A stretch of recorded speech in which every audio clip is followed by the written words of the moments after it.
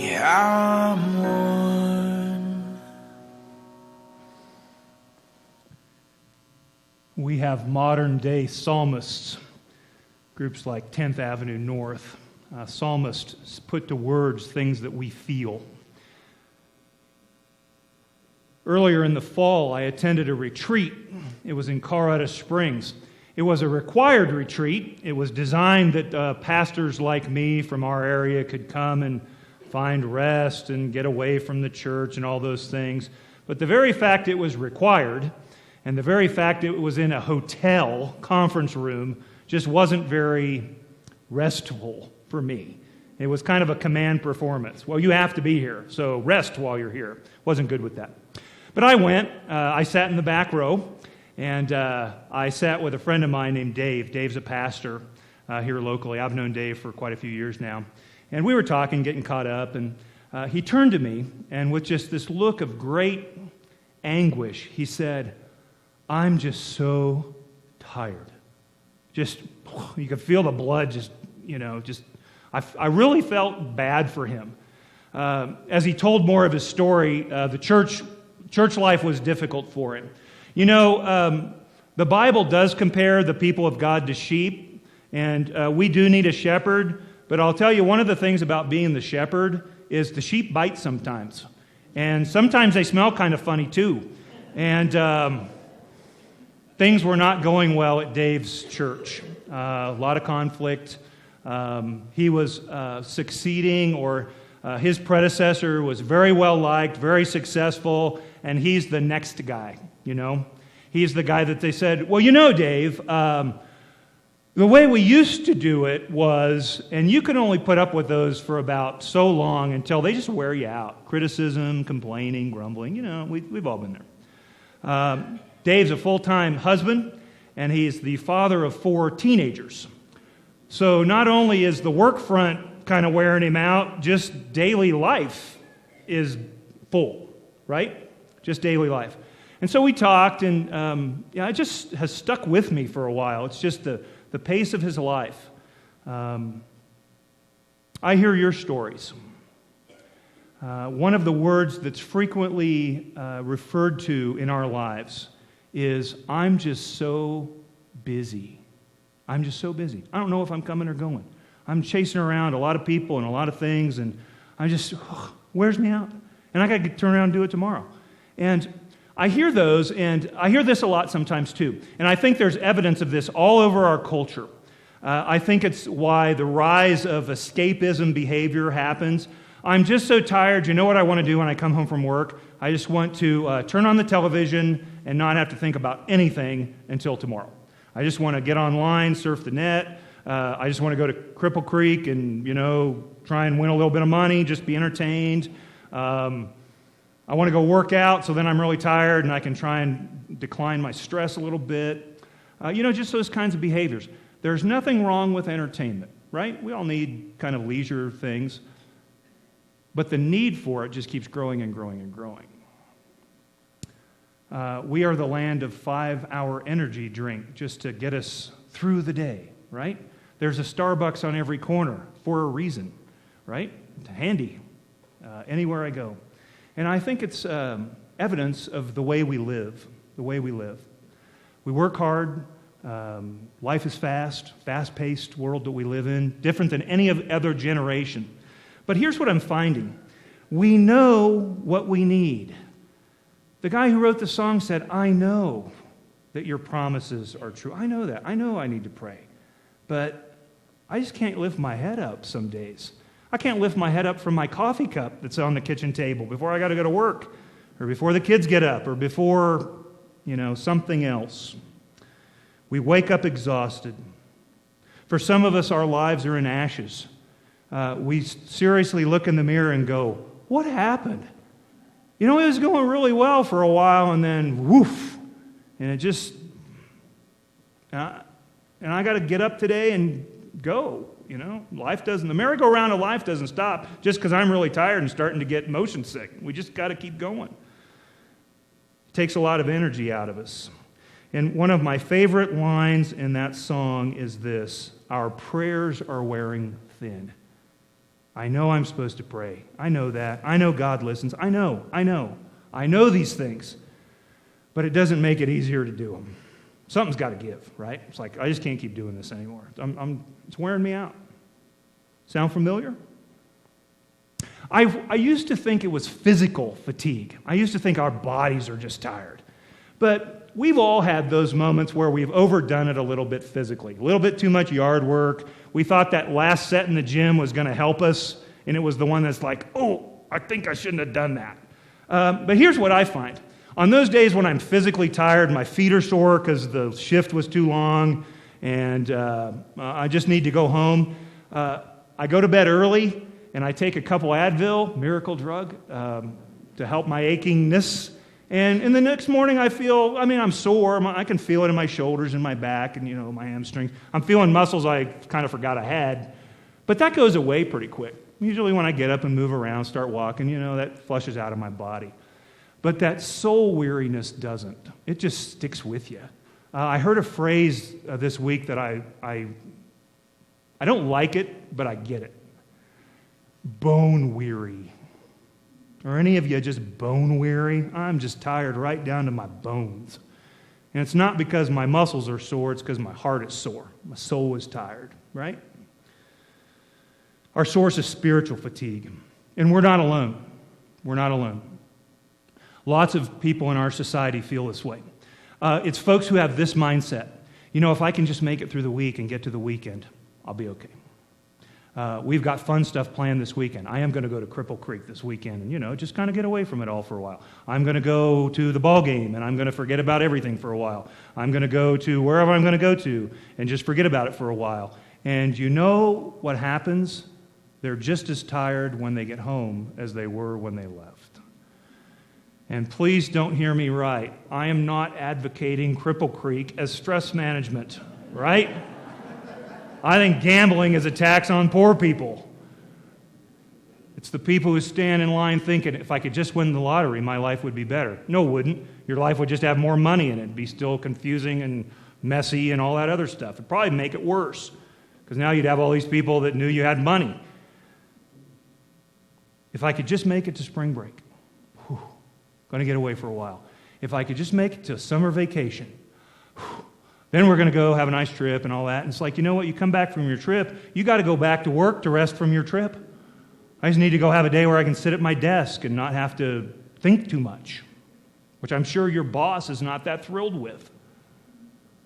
Our jobs will always be our jobs. Health issues will always be part of our lives. Our families will always be our families. Our relationships will always be our relationship. Money comes and goes. We've all ridden that. High tide, it's great. Low tide, hope we have enough to pay the bills, It's all part of it. So what's the difference? What's the difference? How are we going to change this? Is there hope? Reading through the Bible this year has been very good for me, because what it helps me see is this scope of humanity. From back in the ancient days, they didn't have technology, they didn't have 24/7, they didn't have electricity, they didn't have the internet. I know kids today can't believe there was a time when there was no internet, but there was. But when I read the scripture, here's what I find. They have the same problems we did. My soul waits for the Lord more than those who watch for the morning. I just need God to come. Just like the sunrise. If I can just wait till sunrise, it'll be okay. One of my favorite passages is from the book of Isaiah. Isaiah was written approximately 2,700 years ago. See if this sounds familiar. Have you not known, have you not heard, the Lord is the everlasting God, creator of the ends of the earth. He does not faint or grow weary. His understanding is unsearchable. He gives power to the faint. He strengthens the powerless. Even youths will faint and be weary, and the young will fall exhausted. But those who wait for the Lord shall renew their strength. They shall mount up with wings like eagles. They shall run and not be weary. They shall walk and not faint. The implication in this verse is this: that all those thousands of years ago, they grew weary. They fainted even young people, and God was still God. God was still God. That's a promise. Well, how do you do it? Oh, I know I need rest. I know I'd like to have more joy and more peace and contentment and strength and get through the tough times. Oh, that'd all be great. Help me out here. Point me in the right direction because I need it. I'm desperate and my prayers are wearing thin. Jesus' invitation to the masses sounds as good today as it did back in his day, 2,000 years ago. From Matthew 11, 28 through 30, I'm going to read from a version called The Message. The Message is a paraphrase of the Bible written by contemporary. Eugene Peterson is his name, theologian of our time. You know, the King James Version is great, but it was written for people in England 400 years ago. So it really doesn't speak to my soul. This is a man who lives in my world, who lives in my time, in my place. And here's the way he paraphrases what Jesus said back in the day. This is from Matthew 11, 28 through 30. Are you tired, worn out, burned out on religion? Come to me. Get away with me, and you'll recover your life. I'll show you how to take real rest. Walk with me and work with me. Watch how I do it. Learn the unforced rhythms of grace. I won't lay anything heavy or ill-fitting on you. Keep company with me, and you'll learn to live freely and lightly. We need to learn the unforced rhythms of grace. That our lives have a rhythm and a way we do things. And we forget. We need to create space within our everyday life. This isn't just one of those things I can add on to all the other things that I do. It's a trade-off. Here's the trade-off. Come to me, all you who are heavy laden, burdened, and I'll give you rest. And you know what you'll give up? Some of that weariness that you carry around inside of you. Watch how I do it. Restoration for the soul. So let's take a look at how Jesus did it. Jesus was fully human. He lived a life. He had work that was meaningful. He had friends. He had a family. He had all the things that we have. Fully human. How does he do it? What are some things we can learn from Jesus' life? He's the one that says, follow me, imitate me, come to me. I'll show you how it's done. Jesus constantly practiced Sabbath. He was Jewish, and that was one of the commandments, to practice Sabbath in obedience with the rhythms of life. Sabbath is one of the 10 commandments. It's the first thing that God said was holy in all of creation. The animals weren't holy, nature wasn't holy. Sabbath was the first thing that was said to be holy. Jesus did good on the Sabbath, and that got him in trouble. It wasn't just sit in your room and stare at the wall. It's restoration for your soul. It's about ceasing from your labors, ceasing from your striving. It's remembering God loves you and has what's best for you in his mind and in his heart.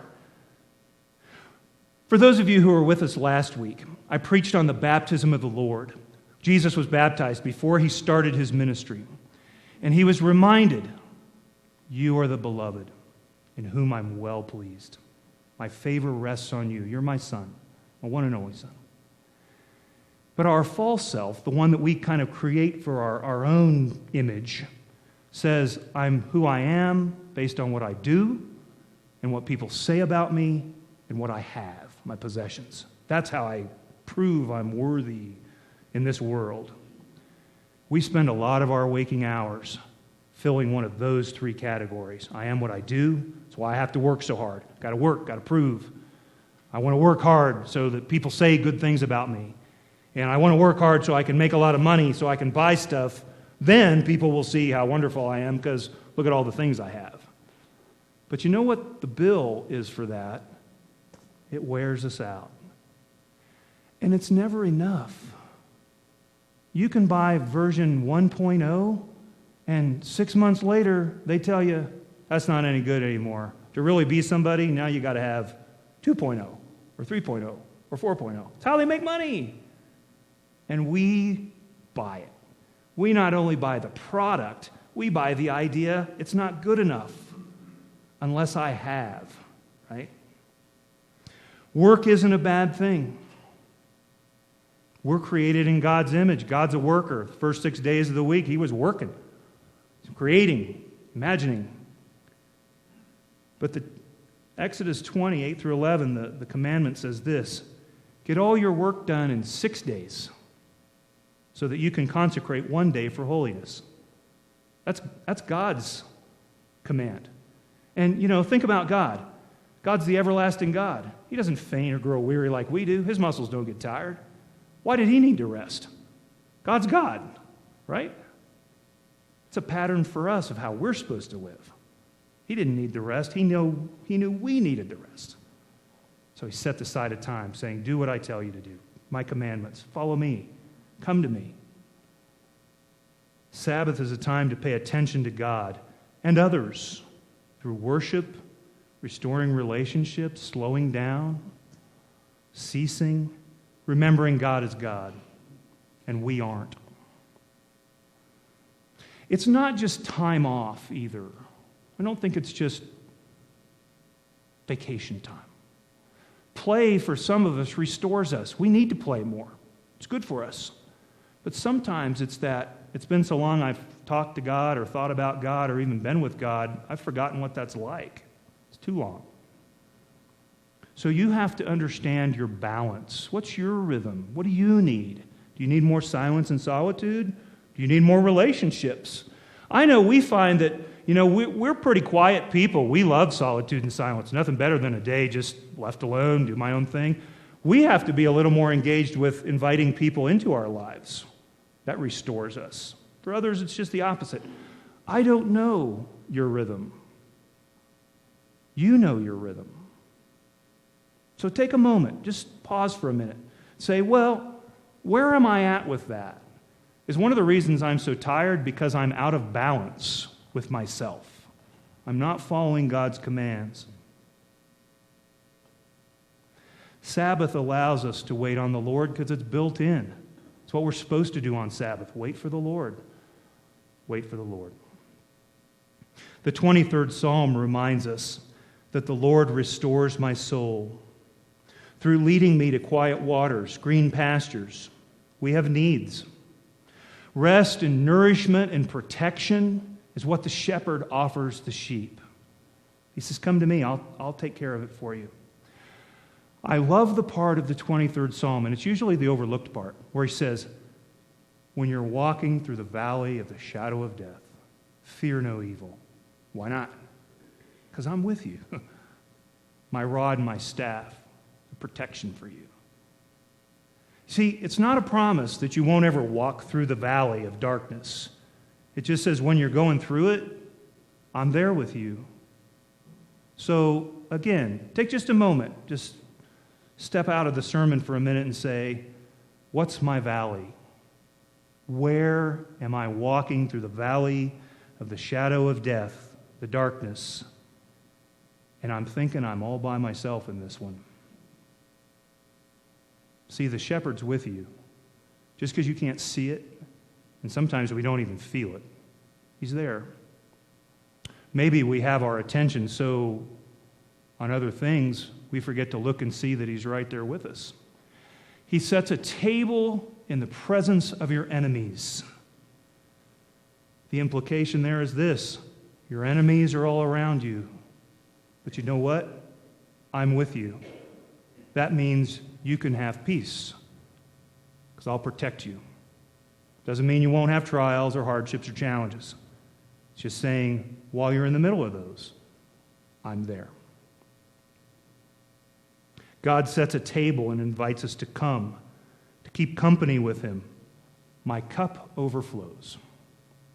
I had a seminary professor say that. He said, the secret to ministry success is this: you only minister out of the overflow of your heart. He said, you can't give away something you don't have. He said, if your heart's not full, what are you going to give to your people? If you don't have it, you can't give it away. He said, the most important thing for you pastors to do, and of course there's a whole classroom of us, stay right with God. If you stay right with God, your heart will be full or overflowing, and then you can love the people. I've never forgotten that. It's one of the best things. I paid a lot of money to hear that one nugget. But it's sustainable. If you're one of those people who's constantly giving your life away for the sake of others, when do you have your heart restored? How do you do it? God says, come to me and I'll give you rest, my presence. Jesus had to remind his own disciples of this. Jesus said to his disciples, all who want to come after me must say no to themselves. Take up their cross. You got to die to that person who always wants to be recognized and do and have and, be busy, busy, busy. He says, take up your cross, follow me. All who want to save their lives will lose them. But all who lose their lives because of me will find them. Why would people gain the whole world but lose their souls? That's the price that you pay for chasing the world. All that comes at a cost. Here's the cost. Your spirit, your soul. That's the bill. In those times when you just feel so soul weary, that's a pretty high price to pay for all of your life. It comes back to balance. What will people give in exchange for their lives? Jesus found times during his day to make mini Sabbaths, time to step away in order to be attentive to the Father. He got up early, and I know all of you guys who are night owls are going, I don't do early. I just don't do early. Jesus did early. He got up before everybody else got up, went away by himself. Was it because he was an early morning person? I think he desperately knew that he had to be in touch with the Father. Had to be. Just had to be. Highest priority. Got to stay close to the Father. How am I going to do this without him? I only do what the Father tells me to do. Jesus said that. When did he have time to listen? He made time. After particularly intensive times of ministry, he told his disciples, come away with me. Let's rest. Tell me what you've been doing. Let's rebuild our relationship. You've all been busy. You're out there doing the things that I've shown you to do. Come away with me. Sometimes he'd let them go on ahead. He'd say, you guys go on ahead. I'm going to step back and just be by myself for a while. The miracle where Jesus walks on the water on the Sea of Galilee, and they're all in the boat, and they say, who is that? Is that a ghost? It's like, no, it's Jesus. You know the reason he's catching up with them? He went away by himself so that he could pray. And he made his promise to say, well, I'll catch up with you. I'll just catch you while you're on the boat. I don't recommend the walking on water thing for most of you. You can try it if you want. Peter did pretty well for a couple steps. But Jesus knew he had to get away. He needed the solitude and silence because all the world was pressing in on him. They wanted something from him. Do a miracle, heal us, feed us, be the king. That's what we really need from you. And he says, I don't need any of that. You know what I really need? I need to step back and rest. I think there's no better example of this than his last night. Jesus' last night, the Passover night, before he's arrested and tried and eventually executed. Think about his life. He spends the last night on earth that he's alive with his friends. They had dinner together. It was the Passover dinner. He longed to eat it with them because he needed their friendship. He knew they were going to be disloyal. He knew what was going to happen, but he still needs them anyway. He didn't want to be alone. After the supper was over, they go out to a garden, the Garden of Gethsemane, and he takes his 3 kind of inner circle friends. Do you have some of those, your inner circle friends? And he says, come with me and just watch over me. I really need to pray right now. So if you would just pray with me, I'm going to go pray by myself. And Jesus prays. He prays with such intensity, it's like he's blood is dripping from him, right? And he cries out, I don't want to do this. Let this cup pass from me, this cup of sorrow, this death that is right on the horizon. I don't want to do it. And the answer that he gets from God for him, his prayer, is silence. You ever prayed that prayer? Silence is the response. 3 times he prays it. Maybe you just didn't hear me the first time. I don't want to do this. Please. Anguish. He said, my soul is overwhelmed to the point of death. I'm so afraid.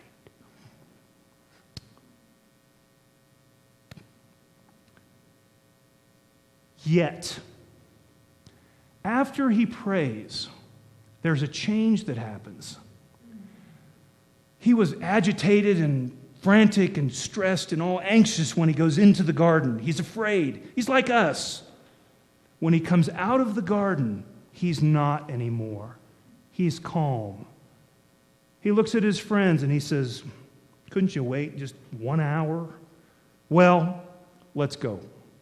They're coming. And all through his trial, all through his arrest, all through his execution, Jesus is the one who always is at peace.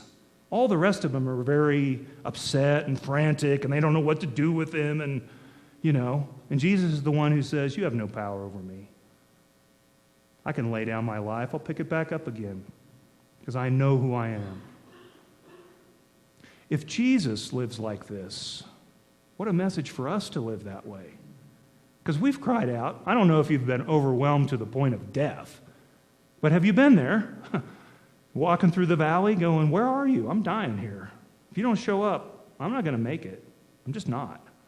Please?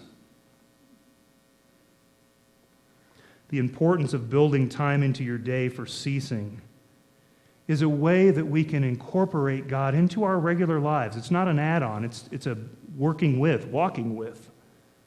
Start of the day. Maybe midday is a good time. Have you ever had those mornings where, man, I'm overwhelmed by my morning. I'm stressed out. How did I get to work? And it all caved in around me, right? That's the time you need to step out and say, you know what, I need 10 minutes. I need to go pray. I need to walk. Maybe I need to sing. It reminds me, oh yeah, God, you're with me. Right. Now I can go back and answer my 50 emails that all need a response. Or now I can handle that really difficult problem because I'm remembering you're with me. Maybe at the end of the day that you can cease your activity and pay attention to God. By doing so, you'll learn the unforced rhythms of grace. And it won't be natural when you first start because you're used to run. And here's what you'll get more used to. Walk, pause, silence, walk. And then you'll get the hang of it. If you've ever watched babies learn how to walk, they fall down a lot. But after a while, they start to get the hang of it. That's the way we are. We've got to learn the unforced rhythms of grace. Are you gaining the whole world and losing your soul? That's not just a modern day problem. That's a humanity problem. I wish I could go back to that moment with my friend Dave at the retreat, the required retreat. If I could, here's what the conversation would look like. Dave, how's your Sabbath day? Are you taking time out just to be with God?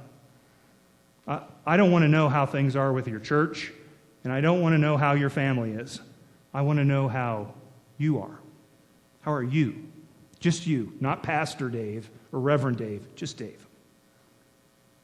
I think our conversation would be a lot different.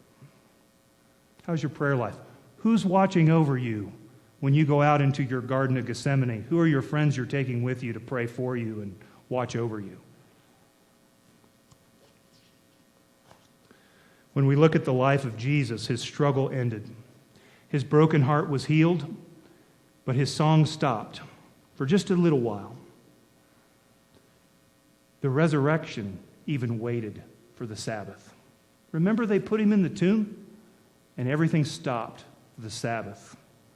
And then on the third day, he rose. His ashes, his dead body, his corpse, new life. A message for us. We're people of resurrection. We can only find hope when we're brave enough to let go of the old life and find new life. Our healing and revival will come when we learn the unforced rhythms of grace. Our lips will sing. Our hearts will find revival. May it be so.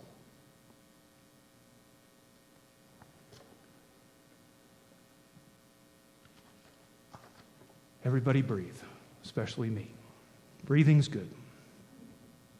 We have prayer time built in for this morning. It's a good thing. Time for you to be quiet before God. Self-examination is one of those terms that sounds very academic.